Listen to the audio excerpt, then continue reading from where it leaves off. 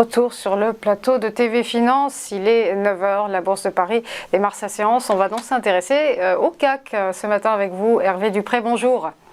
Bonjour Zine. Vous êtes trader pour compte propre et gestion indépendante. Hier donc, le CAC a montré pas mal d'indécisions à l'issue d'une séance terne.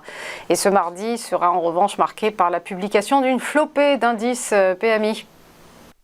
Exactement. Pour ce matin, ce qui nous préoccupe, c'est la parution des PMI là, dans 15 minutes pour la France. Après, nous aurons l'Allemagne, après l'Europe. Cet après-midi, les US à 15h45. Alors, d'un point de vue purement graphique, on est un petit peu en plein milieu du range. Pour l'instant, on est en ouverture en gap baissier avec une première target à 446 qui va être fait d'un instant à l'autre. Donc le mouvement qui peut nous préoccuper aujourd'hui est plus fait de pression technique liée à un arrêt d'évolution du marché. La structure de marché est plutôt faible, les volumes sont faibles, donc on peut s'attendre à une petite baisse. Sans aller forcément chercher très très profond. Celle-ci sera éventuellement amplifiée par les US qui eux aussi ont besoin d'effectuer des pullbacks sur des précédents breakouts. Donc pour aujourd'hui, je dirais que c'est très difficile à trader encore plus que d'habitude puisqu'on est situé en plein milieu de l'écart type avec un léger biais baissier et qui se matérialise tout de suite avec des écarts relativement faibles en attente de parution de PMI. Demain aussi, nous aurons les minutes de la Fed et toute la semaine d'autres indicateurs macro qui devront un petit peu faire bouger les marchés.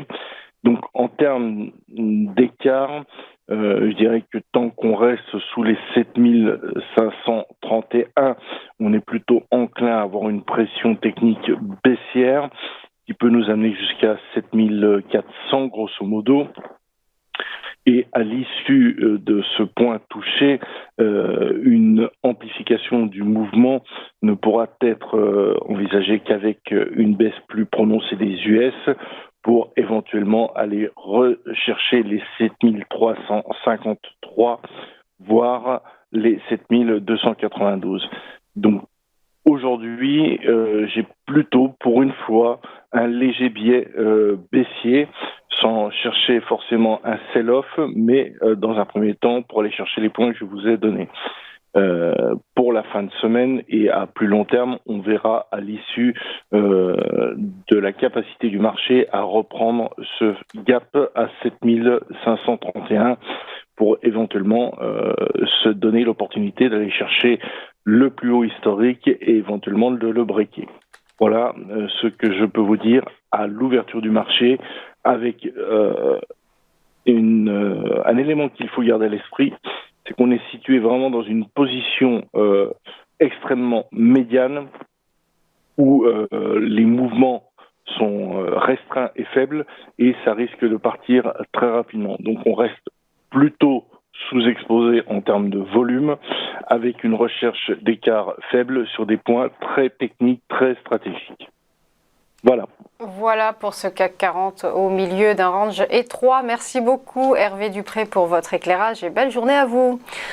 À suivre après une nouvelle pause, les valeurs à suivre, les market movers. À tout de suite.